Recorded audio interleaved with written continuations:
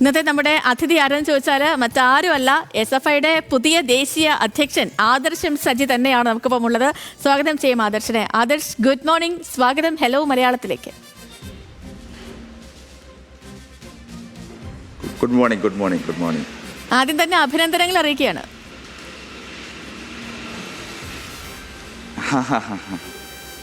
പുതിയ ഉത്തരവാദിത്തമാണ്, പുതിയ നേതൃനിരയാണ്. നമ്മൾ എന്തൊക്കെ പ്രതീക്ഷിക്കണം? ഇത് 18ാമത് അഖിലേന്ത്യാ സമ്മേളനം, അതിൻ്റെ ഡെലിഗേറ്റ്സ് എല്ലാം കൂടെയാണ് SFIയുടെ പുതിയ അഖിലേന്ത്യാ കമ്മിറ്റിയെ തിരഞ്ഞെടുത്തത്. വരാൻ പോകുന്ന നമുക്കറിയാം, കഴിഞ്ഞൊരു 11 വർഷമായിട്ട് രാജ്യത്തെ വിദ്യാഭ്യാസ മേഖലയെ മുച്ചോട് മുടിക്കുന്നതിന് വേണ്ടിയിട്ടുള്ള ഇടപെടലാണ് നടത്തിക്കൊണ്ടിരിക്കുന്നത്. BJPയുടെ നേതൃത്വത്തിൽ സംഘപരിവാറിൻ്റെ ഇച്ഛയ്ക്കനുസരിച്ചുള്ള ഇടപെടൽ നമ്മുടെ വിദ്യാഭ്യാസ മേഖലയിൽ നടത്തിക്കൊണ്ടിരിക്കുകയാണ്.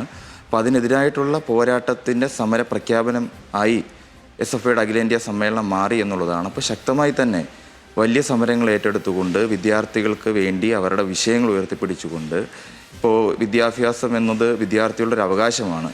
അത് കേവലം ഒരു കാരുണ്യ പ്രവൃത്തി എന്ന നിലയിൽ ഒരു സംഭാവനയായോ അല്ലെങ്കിൽ മറ്റു നിലയിലോ നൽകേണ്ട ഉള്ളതല്ല. അപ്പോൾ ആ വിദ്യാർത്ഥികളുടെ അവകാശത്തിന് വേണ്ടിയിട്ടുള്ള പോരാട്ടത്തിൽ തുടർന്നും ഈ കഴിഞ്ഞൊരു 55 വർഷക്കാലം ഈ വിദ്യാർത്ഥി സംഘടന അതിനുവേണ്ടിയുള്ള ഇടപെടൽ നടത്തി തുടർന്നും ആ നിലയിൽ ഉള്ള വലിയ ശക്തമായ പോരാട്ടങ്ങളുമായി മുന്നോട്ട് പോകും. ആദർശ്, ഇപ്പം ഈ PM ശ്രീ അടക്കം ദേശീയ വിദ്യാഭ്യാസ നയങ്ങൾക്കെതിരെ SFIക്ക് വലിയ പ്രതിഷേധമുണ്ട്.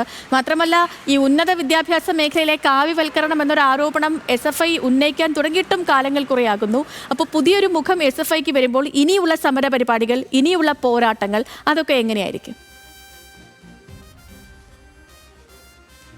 അതൊന്ന്, ഈ ദേശീയ വിദ്യാഭ്യാസ നയം 2020 അതിന് ഡ്രാഫ്റ്റ് ഇറക്കിയ സമയത്ത് തന്നെ അതിനെതിരായി വലിയ പ്രതിരോധങ്ങളും പ്രതിഷേധങ്ങളും SFI ഉയർത്തുകയാണ്. കാരണം അത് പൂർണ്ണമായി നമ്മുടെ വിദ്യാഭ്യാസ മേഖലയെ 3C എന്ന് വേണമെങ്കിൽ നമ്മൾ പറയാം: സെൻട്രലൈസേഷൻ, കൊമേഴ്സ്യലൈസേഷൻ ആൻഡ് കമ്മ്യൂണലൈസേഷൻ. ഇത് മൂന്നുമാണ് ഈ വിദ്യാഭ്യാസ നയത്തിൻ്റെ സത്ത എന്നുള്ളത്. അപ്പോൾ ഈ വിദ്യാഭ്യാസ നയത്തിൻ്റെ ഡ്രാഫ്റ്റ് വന്ന ഘട്ടത്തിൽ തന്നെ RSS ആണ് പറഞ്ഞത്, ഞങ്ങൾ നിർദ്ദേശിച്ച 80% കാര്യങ്ങൾ ഈ വിദ്യാഭ്യാസ നയത്തിൻ്റെ ഭാഗമായിട്ടുണ്ട്.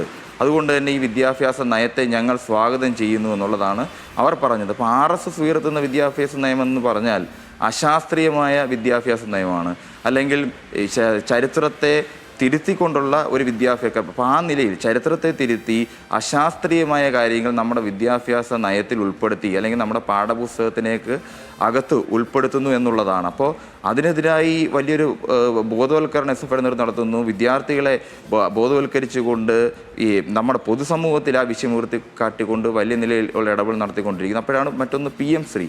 ഇപ്പോൾ കഴിഞ്ഞ ഒരു മാസം മുമ്പാണ് ഞാൻ ഉത്തർപ്രദേശിൽ SFIയുടെ പ്രവർത്തനങ്ങളുമായി ബന്ധപ്പെട്ടുകൊണ്ട് പോകുന്നു. അവിടെ ലക്നൌവിൽ അവിടെ വിദ്യാർത്ഥികളുമായി ബന്ധപ്പെട്ടുകൊണ്ട് പല സ്കൂളുകൾ, കോളേജുകൾ സന്ദർശിക്കുകയുണ്ടായി.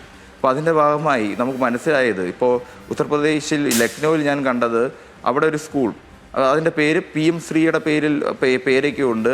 അപ്പോൾ അതുമായി ബന്ധപ്പെട്ട് നോക്കുമ്പോൾ കേവലം കവാടം മാത്രമാണ് PM ശ്രീ എന്നുള്ള രീതിയിൽ എഴുതി വെച്ചേക്കുന്നത്.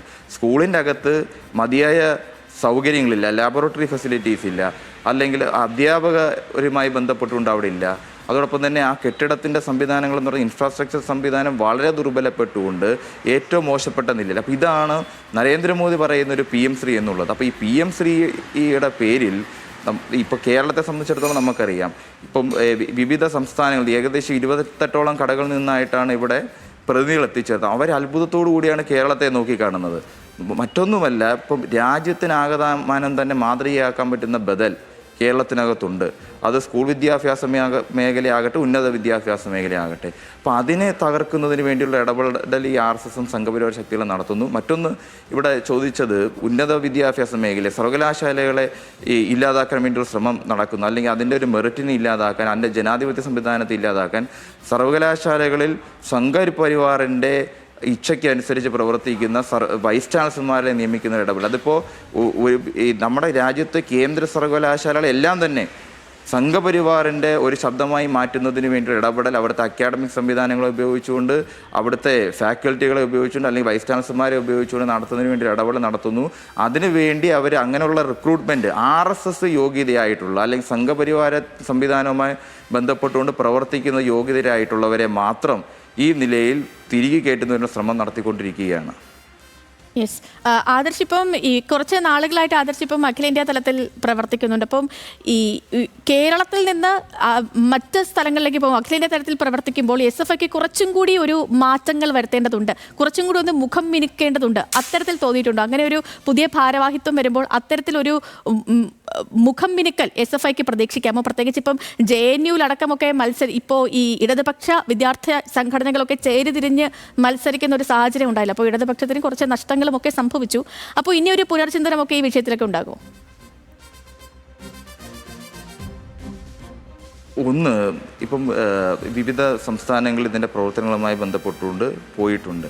അപ്പോൾ അതിനകത്ത് നമ്മളിപ്പോൾ ഈ സമ്മേളനത്തിൻ്റെ ഭാഗമായി എടുത്തിരിക്കുന്ന തീരുമാനം തന്നെ SFIയുടെ മെമ്പർഷിപ്പ് നിലവിൽ ഇപ്പോൾ കഴിഞ്ഞ സമ്മേളനത്തിൽ നിന്ന് ഈ സമ്മേളനം വരെ നമ്മൾ പരിശോധിക്കുമ്പോൾ 37 ലക്ഷത്തിൽ നിന്ന് 42 ലക്ഷത്തിലധികത്തിലേക്ക് മെമ്പർഷിപ്പ് വന്നു. ഏകദേശം ഒരു 5 ലക്ഷത്തോളം വരുന്ന മെമ്പർഷിപ്പിൻ്റെ വർധന SFIക്ക് അതുമായി ബന്ധപ്പെട്ട് ഉണ്ടായിട്ടുണ്ട്. അതോടൊപ്പം തന്നെ ഈ സമ്മേളനത്തിൻ്റെ നമ്മുടെ ഒരു ഫ്യൂച്ചർ ടാസ്ക് എന്ന നിലയിൽ എടുത്തിരിക്കുന്നത് ഹിന്ദി സംസ്ഥാനങ്ങളിൽ കൂടുതലായി കഴിഞ്ഞ വർഷങ്ങളിൽ വലിയ നിലയിലുള്ള കേന്ദ്രീകരിച്ച പ്രവർത്തനം നടന്നു.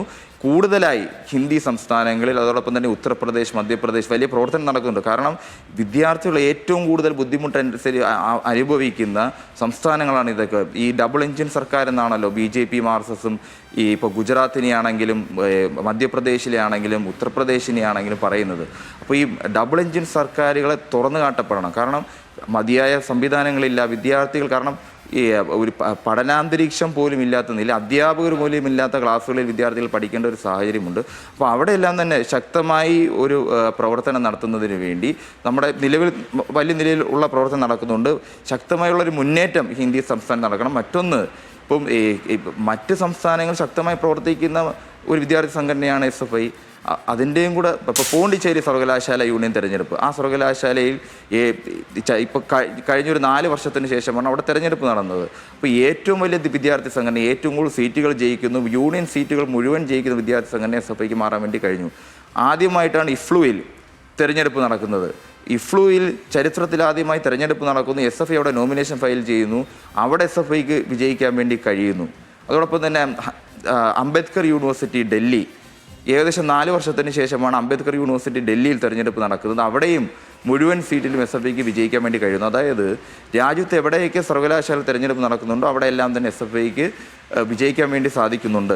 അതോടൊപ്പം തന്നെ ഈ RS സംഘപരിവാര ശക്തികൾക്കെതിരായുള്ള പോരാട്ടത്തിൽ ഒരു ഇടത് വിദ്യാർത്ഥി സംഘടനകളുടെ എല്ലാം തന്നെ ഒരു കൂട്ടായ്മ, ഐക്യം എല്ലാം ഉണ്ടാവണമെന്ന് തന്നെയാണ് SFIയുടെ ഒരു നിലപാട് അതുമായി ബന്ധപ്പെട്ടുകൊണ്ട് സ്വീകരിച്ചു പോയിട്ടുള്ളത്. ഇനിയും അത് നിലയിൽ തന്നെ പോയിക്കൊണ്ടിരിക്കും.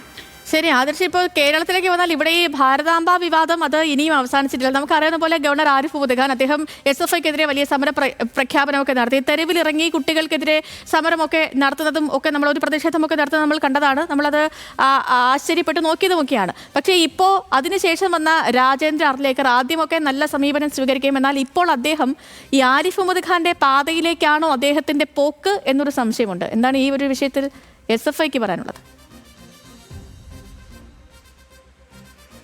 ഒന്ന്, ഞാൻ നേരത്തെ സൂചിപ്പിച്ചതുപോലെ ഗവർണർമാരെ ഉപയോഗിച്ചുകൊണ്ട് ഇപ്പം കേരളം ഒരു ബദലാണ്. പറഞ്ഞതുപോലെ ഉന്നത വിദ്യാഭ്യാസ മേഖലയാണെങ്കിലും പൊതുവിദ്യാഭ്യാസ സ്കൂൾ സംവിധാനങ്ങൾ ഒരു ബദലാണ്. രാജ്യത്ത് തന്നെ മാതൃകയാക്കാൻ പറ്റുന്ന ബദലാണ്.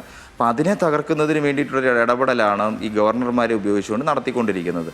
ഇപ്പോൾ അത് ഭാരതാംബ വിവാദമായിക്കൊള്ളട്ടെ, അതെല്ലാം തന്നെ ഇപ്പോൾ ആരിഫ് മുഹമ്മദ് ഖാൻ നമ്മുടെ സർവകലാശാലകളെ കാവ്യവൽക്കരിക്കാൻ വേണ്ടിയുള്ള ശ്രമം നടത്തി.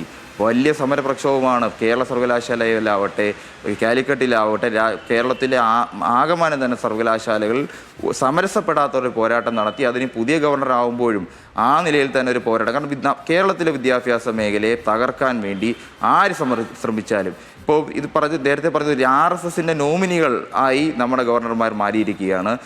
RSSൻ്റെ ശാഖകളിൽ എന്താണോ പറയുന്നത്, അവിടെയുള്ള രാഷ്ട്രീയം എന്താണ്, അത് നമ്മുടെ സംസ്ഥാനത്തിനകത്ത് നമ്മുടെ വിദ്യാഭ്യാസ സംവിധാനത്തിനകത്ത് അടിച്ചേൽപ്പിക്കാൻ ശ്രമിക്കുമ്പോൾ ശക്തമായിട്ടുള്ളൊരു പ്രതിരോധം, അത് ഏത് ഗവർണർമാരാണെങ്കിലും നമ്മുടെ വിദ്യാഭ്യാസ മേഖലയെ കാവ്യവൽക്കരിക്കാൻ ശ്രമിക്കുകയാണെങ്കിൽ, തകർക്കാൻ ശ്രമിക്കുകയാണെങ്കിൽ SFIയുടെ ഭാഗത്തുനിന്ന് ഇപ്പോൾ SFIയുടെ സംസ്ഥാന കമ്മിറ്റി, കേരള സംസ്ഥാന കമ്മിറ്റി സമരസപ്പെടാത്ത പോരാട്ടങ്ങളാണ് ഇതുവരെ ഏറ്റെടുത്തിട്ടുള്ളത്. തുടർന്നും ആ നിലയിലുള്ള പോരാട്ടങ്ങളായി SFI പോവും. ശരി. ആദർശിനി, മറ്റൊരു കാര്യം, ഇപ്പോൾ ഈ തിരഞ്ഞെടുക്കപ്പെട്ടതിന് ശേഷം ഓർത്തഡോക്സ് സഭയുടെയൊക്കെ വലിയ അഭിനന്ദനമുണ്ട്. സാധാരണ ഓർത്തഡോക്സ് സഭയൊന്നും അങ്ങനെ വലിയ അഭിനന്ദനങ്ങളൊക്കെ അർപ്പിച്ച് രംഗത്ത് വരുന്നത് കാണാറില്ല. പക്ഷെ ആദർശിന് അഭിനന്ദനം അർപ്പിച്ച് ഇപ്പോൾ നമ്മുടെ സോഷ്യൽ മീഡിയയിലൊക്കെ പോസ്റ്ററുകളൊക്കെ വ്യാപകമായിട്ട് പ്രചരിക്കുന്നുണ്ട്. അത് അങ്ങനെ കാണേണ്ടതില്ല. ഇപ്പൊ SFIയുടെ ഒക്കെ അഖിലേന്ത്യാ സമ്മേളനമാണ് SFIയുടെ അതിൻ്റെ ചുമതലപ്പെട്ട സെക്രട്ടറിയെ തീരുമാനിക്കപ്പെടുന്നത്, അല്ലെങ്കിൽ അതുമായി ബന്ധപ്പെട്ടുകൊണ്ട് പ്രവർത്തിക്കുന്നവരെ തീരുമാനിക്കുന്നത്. അപ്പോൾ അതൊരു വിദ്യാഭ്യാസ മേഖലയെ വിദ്യാഭ്യാസ സംരക്ഷണത്തിന് വേണ്ടിയിട്ടുള്ള അതൊരു സമരമായി തന്നെ പോവും. അപ്പോൾ ഏത് ഒരു വിഭാഗങ്ങളാണെങ്കിലും അതെങ്കിലും ഏതാണെങ്കിലും നമ്മുടെ രാജ്യത്തെ വിദ്യാഭ്യാസ മേഖലയെ സംരക്ഷിക്കുന്നതിനുള്ള പോരാട്ടത്തിൽ എല്ലാവരും ഭാഗമാവണം എന്നുള്ളതാണ് അതിനകത്ത് സൂചിപ്പിക്കാനുള്ളത്. ഓക്കെ ആദർശ്, അപ്പോൾ ഒത്തിരി സന്തോഷം നമുക്കിപ്പം ചേർന്നതിന്. അറിയാൻ തിരക്കുള്ള ദിവസമാണെന്ന് അറിയാം. ഒരിക്കൽ കൂടി അഭിനന്ദനങ്ങൾ അറിയിക്കുകയാണ്. SFI ഇനി കുറച്ചും കൂടി മുഖം പിരിക്കി സമര രംഗത്തും വിദ്യാർത്ഥികളുടെ ക്ഷേമത്തിനുമൊക്കെ വലിയ ഇടപെടൽ അങ്ങയുടെ നേതൃത്വത്തിൽ ഉണ്ടാകുമെന്ന് പ്രതീക്ഷിക്കുകയാണ്. നല്ലൊരു ദിവസം കൂടി ആശംസിക്കുന്നു.